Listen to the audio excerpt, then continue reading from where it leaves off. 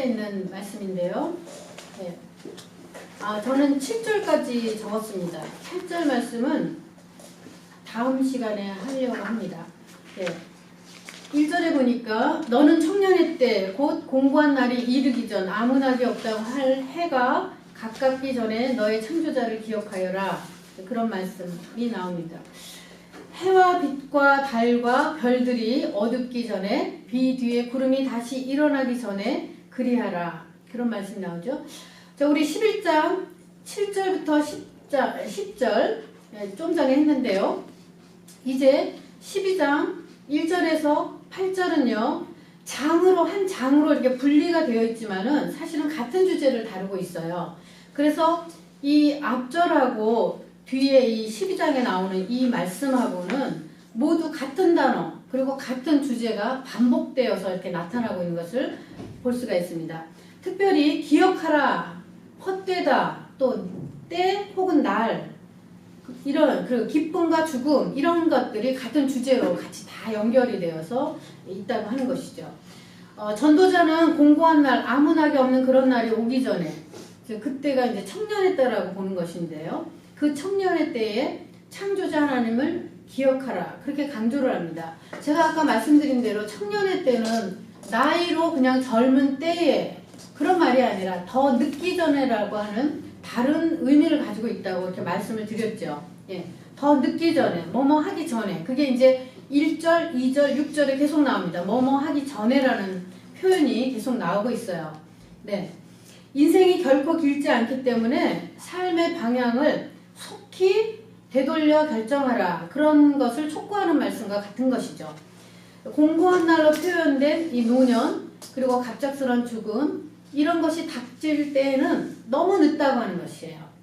그래서 이제 2절에 보면 우주적인 그 자연재해 해와 달과 빛과 별들이 어둡기 전에 이런 말씀이 나오잖아요.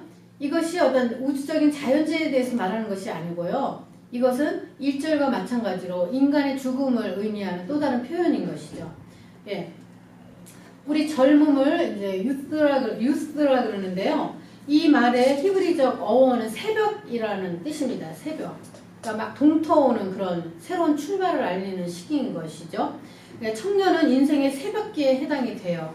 근데 젊음 자체가 그렇다고 해서 젊음 자체가 어떤 행복한 그 인생을 보증하지는 않습니다.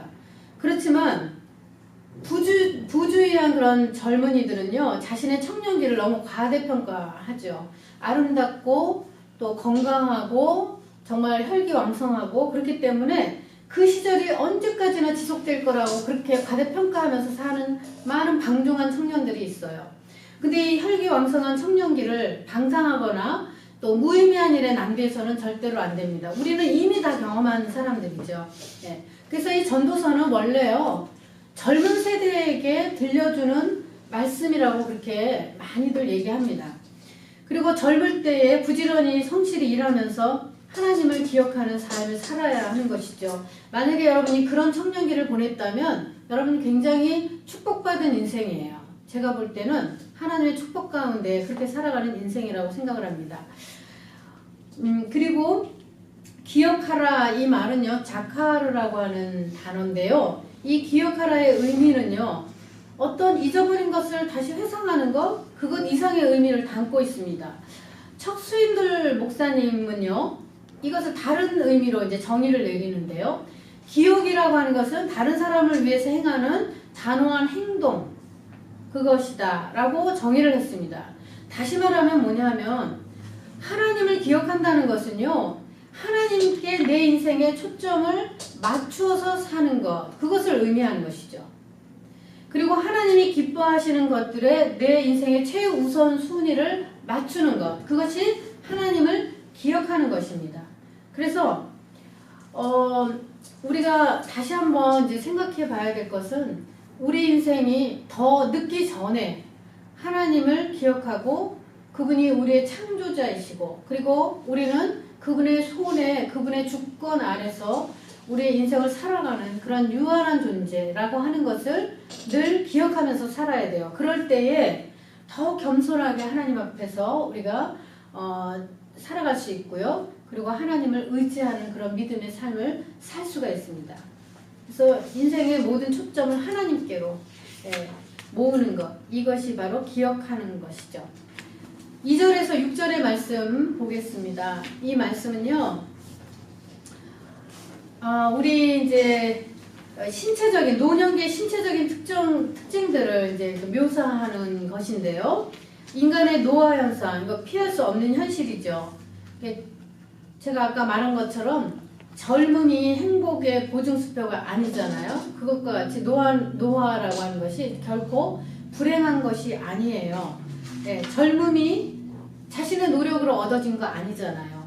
늙음도 우리 자신이 원해서 되는 것이 아니죠. 이거요, 이 말은 어느 영화에서 이런 이야기가 나오더라고요. 어떤 노인이 한 독백에 이 이야기가 나와요. 그래서 제가 한번 생각나서 적어봤습니다. 이 자연현상일 뿐이에요. 그리고 누구나 거쳐야 하는 인생의 단계일 뿐이죠. 젊음을 과대평가하지 않고요. 방종하지 않고, 그리고 늙음을 한탄할 일도 아니다. 그런 뜻입니다.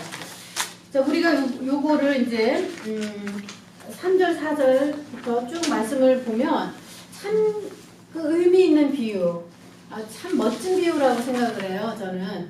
우리가 성경을 읽을 때 말씀 그대로 읽는 것도 있지만 비유라든가 이런 것들은요, 특별히 이제 그 여러 가지 다양한 해석들을 해볼 수 있죠.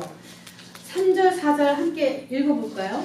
그런 날에는 집을 지키는 자들이 떨 것이며 힘 있는 자들이 부러질 것이며 맷돌질하는 자들이 적음으로 그칠 것이며 창들을 내어다보는 자가 어두워질 것이며 길거리 문들이 닫힐 것이며 맷돌 소리가 적어질 것이며 새 소리를 인하여 일어날 것이며 음악하는 여자들은 다 쇠해질 것이다. 우리 개혁 성경에 보면 히브리 성경을 그대로 직역을 했어요. 그래가지고 인간의 신체를요, 집과 관련된 모습으로 이제 번역을 합니다. 그런데 새번역 성경을 여러분이 보시면 의역을 많이 했습니다. 그래서 여기에는 연약한 노인의 신체적인 모습을 그대로 이렇게 표현하고 있어요. 여기 보니까 그때가 되면 너를 보호하는 팔이 떨리고 정정하던 두 다리가 약해지고, 이렇게 아주 세밀하게 그냥 읽으면 다 알 수 있게 그렇게 풀어서 의역해가지고 이렇게 나와 있죠. 근데 이 개역 한글 성경이 보면 더 묘미가 있고 재미가 있는 것 같아요. 제가 볼 때는. 자, 한번 봅시다. 집을 지키는 자라는 건 뭡니까? 두 팔이죠. 팔이라고 이렇게 말을 해요. 그리고 힘 있는 자, 다리 있죠. 꼿꼿이 우리가 서 있을 수 있게 하는 다리. 맷돌질 하는 자는 치아를 말하는, 맷돌질 하는 자 치아예요. 우리 이. 참 재미있는 표현이에요. 그리고 창들로 내어다 보는 자. 창으로 내어다보니까 뭡니까? 눈이죠, 눈. 그 다음에 길거리 문들이 닫힌다 그랬는데, 길거리 문들은 귀예요. 그래서 귀가 점점 들리지 않게 된다. 그런 말씀이죠. 그리고 나이가 들면서 이제 팔다리의 힘이 약해져서 떨려요. 여기 보니까 집을 지키는 자들이 떨 것이며 그렇게 나오잖아요. 그리고 등과 무릎이 구부러져 약해집니다. 치아가 약해져서 음식을 잘 씹지 못하죠. 눈이 어두워져서 침침해지죠. 그리고 귀가 어두워지고, 여기 보니까 새의 소리를 인하여 일어난다 그런데 새는 주로 아침에 지적이죠. 그래서 새벽잠이 이제 없어지는 거 말하고요. 때로는 수면도 이제 방해를 많이 받게 되는 것이죠. 자다 깨다 이런 경우 많이 있고요. 근데 새벽잠이 여전히 나이가 들어서도 많다. 그러면 그것은 젊어서가 아니라 게을러서입니다. 게을러서 그런 거예요. 거의 다 이제 새벽잠이 없어집니다. 그래서 새벽기도 다니기에 참 좋은 때가 노년기예요, 사실은. 그리고 음악하는 여자들이 다 쇠해진다 그랬는데, 이것은 목소리를 말하는 거예요. 목소리에 힘이 없어지잖아요, 점점. 그렇습니다. 이런 것들을 비유한 것이에요. 참 재미있는 비유라고 생각을 하는데, 멋있어요, 그렇죠? 이런 표현들이. 5절에서 이제 6절 말씀 한번 볼까요? 같이 읽겠습니다. 그런 자들은 높은 것을 두려워할 것이며 길에서는 놀랄 것이며 살구나무와 꽃이 필 것이며 메뚜기도 짐이 될 것이며 원옥이 그치리니 이는 사람이 자기 영원한 집으로 돌아가고 좁은 자들이 거리로 왕래하게 되리라. 네. 네, 연로하신 분들이 높은 곳 오르는 것 굉장히 두려워하죠. 그렇죠? 그래서 이제 그때부터는 신발도 아주 납작하게 이렇게 신고요. 편안한 것 좋아하고요. 그렇습니다. 그리고 길에서 놀랄 것이라 그랬는데 네, 조심조심 걸어 다니죠. 그렇죠? 조심조심 걸어 다닙니다. 그리고 이제 다리와 무릎의 힘이 약해져서 걷는 것을 굉장히 조심하게 되고요. 여기 살구나무가 꽃이 핀다라는 표현이 있는데요. 우리 여기 세번역에 보면 더 재밌게 표현이 되어 있습니다. 검은 머리가 팥뿌리가 되고 이렇게 표현되어 있어요. 뭡니까? 하얀 머리가 이제 백발이 생긴다고 하는 것이죠. 그리고 여기 또 메뚜기가 얼마나 가볍고 작아요. 그렇죠? 메뚜기도 짐이 되는 것은 어떤 의미입니까? 힘이 약해져서 작은 일도 힘들어한다. 그런 것을 의미하는 것이죠. 그리고 메뚜기도 짐이 된다 그러니까 저는 딱 생각난 게 뭐냐면 노인분들이 가방도 큰 거 안 갖고 다니세요. 가벼운 거.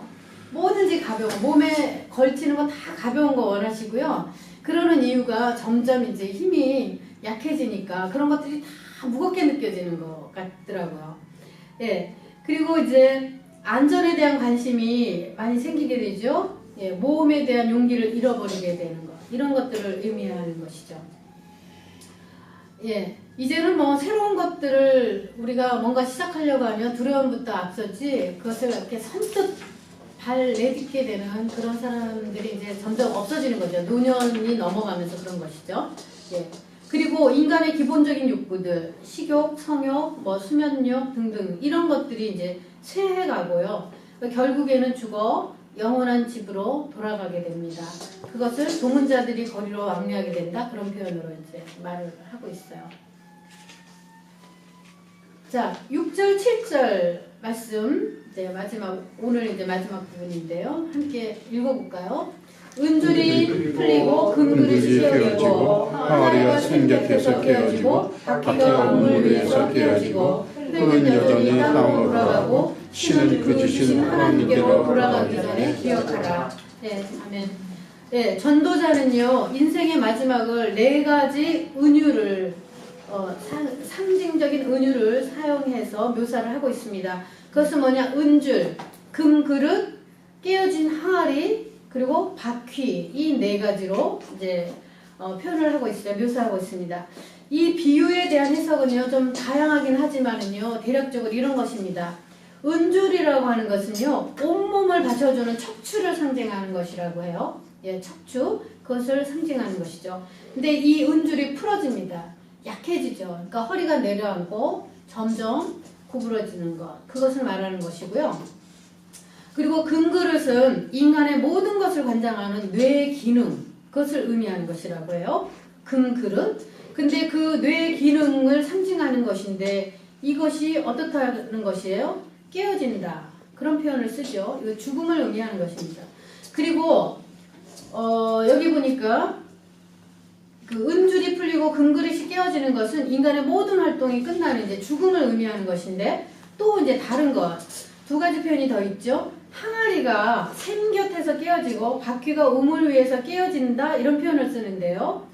항아리 바퀴라고 하는 것은 여러분 우물에 물을 이렇게 끌어올릴 때 보면 그 끝에다가 이제 물동이를 연결해서 도르래를 내리잖아요. 그 도르래를 또 올리고 이렇게 해서 물을 뜨게 되는 것이죠. 그런데 이 항아리와 바퀴는요 모두 우물에서 물을 퍼 올리는 것과 연관된 것이에요. 그래서 어떤 해석가들은요 뭐라고 말을 하느냐면 이것은 마치 물이 생명을 유지하는 데 필수적인 것을 우리에게 이제 상기시킨다고 하는 것이에요.